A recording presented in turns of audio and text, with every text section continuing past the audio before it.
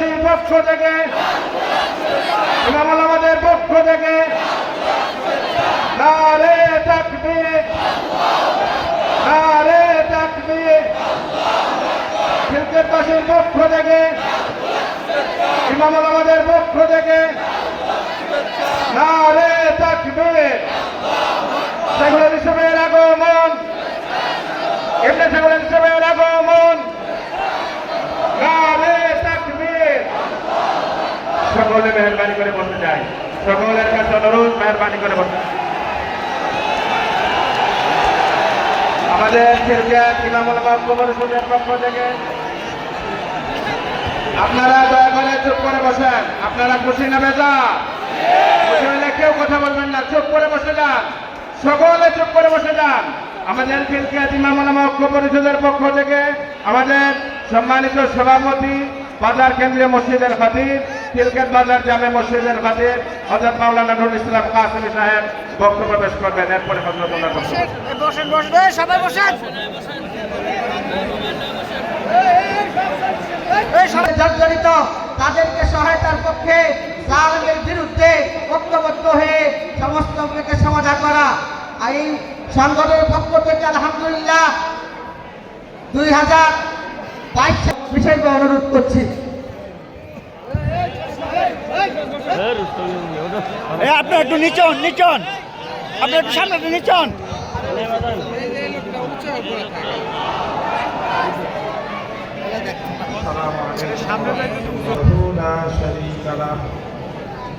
ونشهد أن سيدنا ومولانا محمدا عبده ورسوله صلى الله تعالى عليه وعلى آله وأصحابه وبارك وسلم وبارك وسلم। কাজেই যখন রাষ্ট্রের মধ্যে সরকার নামাজ কায়েম করবে, তখন সরকারের সকল মন্ত্রীরা তারা নামাজ পড়বে, সরকারের সকল দায়িত্বশীলরা নামাজি হয়ে যাবে, সরকারের সকল এটাই হলো তাদের পরিচয়। আচ্ছা বলেন, এই যে ভাই 10টা ছেলেকে যে পালে, আরেক ভাই 50টা ছেলেকে পালে, আরেকটা ভাই 100 ছেলেকে পালে, আরেকটা ভাই 500 ছেলেকে পালে, 500 ছেলেকে পালা কি কঠিন সহজ বিষয়? প্রচুর সম্পদের প্রয়োজন, অর্থের প্রয়োজন, অনেক টাকা পয়সার প্রয়োজন। এই টাকা পয়সা সে পাবে প্রথম তারা ইসলামের সেবা করবে, নামাজ এবং যাকাত বাস্তবায়ন করবে। এর দ্বারা বোঝা গেল যে আল কোরআনের রাজনৈতিক দর্শন অনুযায়ী রাষ্ট্রের সঙ্গে ধর্মের সম্পর্ক, ইসলামের সম্পর্ক অবিচ্ছিন্ন।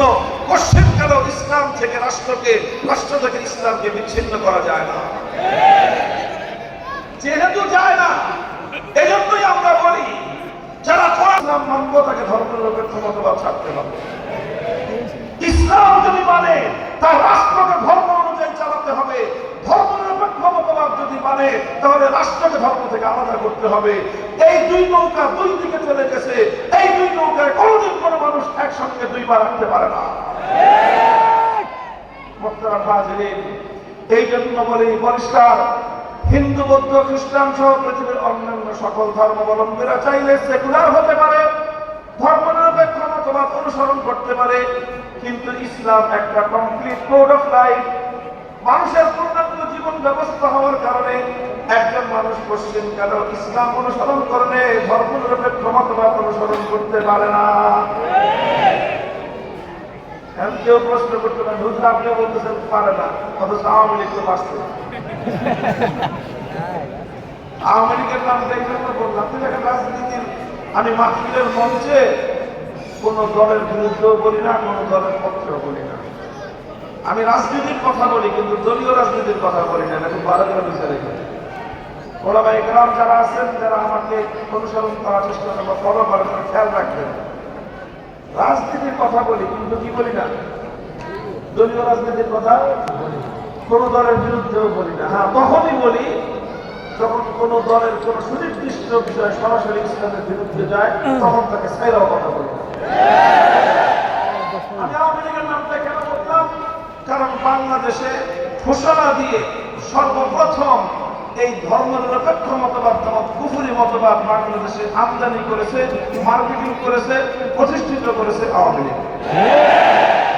এই জন্য তাদের নামটা বললাম। আর যেইভাবে বিএনপি রাজনীতি চলতেছে, বিএনপির এক শ্রেণীর নেতারা যা শুরু করছে, আগামী দিনে মনে হচ্ছে তারাও এই রাজনৈতিক দর্শনের ক্ষেত্রে তাদের প্রতিষ্ঠাতা এবং তাদের পূর্বসূরীকে কর্ম যদি শুরু করেন, আমাদের মুখ বন্ধ থাকবে না। পরিষ্কার কথা। প্রশ্ন ছিল যে হুজুর আপনি বলতেছেন একই সঙ্গে একজন মানুষ মুসলমান থাকে, ইসলাম এবং ধর্মনিরপেক্ষ মতবাদ একই সঙ্গে পালন করতে পারে না। ধর্মনিরপেক্ষ মতবাদ মানলে ইসলাম ছাড়তে হয়। ফকির বস্তু শাহ জনগণে জনগণে ঘুরে ফিরেছেন ধর্মনিরপেক্ষ মতবাদের জন্য নয়। হাজি শরীয়তুল্লাহ লড়াই করেছেন ধর্মনিরপেক্ষ মতবাদের জন্য নয়। আলেম সমাজ ফাঁসি কাস্টে ঝুলেছেন ধর্মনিরপেক্ষ মতবাদের জন্য নয়। আলেমদের সন্তানরা এতিম হয়েছে ধর্মনিরপেক্ষ মতবাদের জন্য নয়। তাদের স্ত্রীরা বিধবা হয়েছে ধর্মনিরপেক্ষ মতবাদের জন্য নয়। সমস্ত রক্ত দিয়েছে, জীবন দিয়েছে, কোরবানি করেছে শুধু একটি উদ্দেশ্যে, আল্লাহর জমিনে আল্লাহর কোরআনের হুকুমত কায়েমের জন্য। সুতরাং মুসলমানরা বলবো যে না, আমরা যে রাষ্ট্র গঠন করব, মুসলমানদের জন্য যে ভূখণ্ড হবে, ওয়াদা করা হয়েছে তাদের সাথে, আমরা যে রাষ্ট্র গঠন করব সেই রাষ্ট্রের ইসলামী শরীয়ত চলবে, সেই রাষ্ট্রের ইসলামী হুকুমত চলবে, আল্লাহর আইন চলবে, কোরআনের সংবিধান চলবে। মুখ্যমন্ত্রী 1947 সাল থেকে 71 সাল পর্যন্ত 40 বছর পর্যন্ত পশ্চিম পাকিস্তানের শৈল শাসকরা জাতির সঙ্গে গাদ্দারি করেছে, ইসলামের সঙ্গে গাদ্দারি করেছে, আল্লাহর সঙ্গে গাদ্দারি করেছে। এই জন্য আল্লাহ রাব্বুল আলামিন 71 সালে সেই পাকিস্তান ভেঙে টুকরো করে দিয়েছেন। 71 সালের পর থেকে 2024 সাল পর্যন্ত আরো 53 বছর চলে গেল, কিন্তু ওই যে মুসলমানদের যে ভূখণ্ড অর্জিত হয়েছিল, কথা ছিল ওই ভূখণ্ডে ইসলাম কায়েম হবে, ওই ভূখণ্ডে কোরআনের রাজ কায়েম হবে, ওই ভূখণ্ডে ইসলামী হুকুমত চলবে। মুসলমানরা ব্রিটিশ শাসিত, ব্রিটিশ প্রবর্তিত শাসন দ্বারা তারা শাসিত হবে না। মুসলমানরা ব্রিটিশ প্রবর্তিত বিচার ব্যবস্থা দ্বারা শাসিত হবে না। মুসলমানরা ব্রিটিশ প্রবর্তিত শিক্ষা ব্যবস্থা দ্বারা শিক্ষিত হবে না। মুসলমানরা ব্রিটিশ প্রবর্তিত প্রশাসনিক ব্যবস্থা দ্বারা শাসিত হবে না। বরং মুসলমানরা এমন একটা রাষ্ট্র ব্যবস্থা চেয়েছিল যে রাষ্ট্র ব্যবস্থায় চলবে আল্লাহর কোরআনের আইন। দুর্ভাগ্যজনকভাবে 53 বছর পর্যন্ত মুসলমানরা তাদের সেই দাবি পূরণ হয় নাই। 24 বছর আর 53 বছর 77 বছর পর্যন্ত মুসলমানদেরকে অধিকার হারা করা হয়েছে। ও মুসলমান, 2024-এর পর 2025 সালে বাংলাদেশে এক নতুন স্বাধীনতার সূত্রপাত হয়েছে। বাংলাদেশে এক নতুন স্বাধীনতার অভ্যুদয় হয়েছে।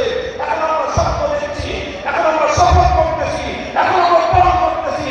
আগামী বাংলাদেশ হবে ইসলামের বাংলাদেশ, আগামী বাংলাদেশ হবে আল্লাহর বাংলাদেশ।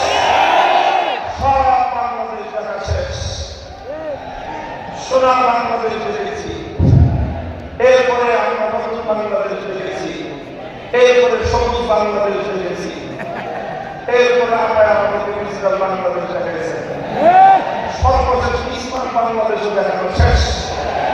রংবেরঙে অনেক বাংলাদেশ দেখা হয়েছে।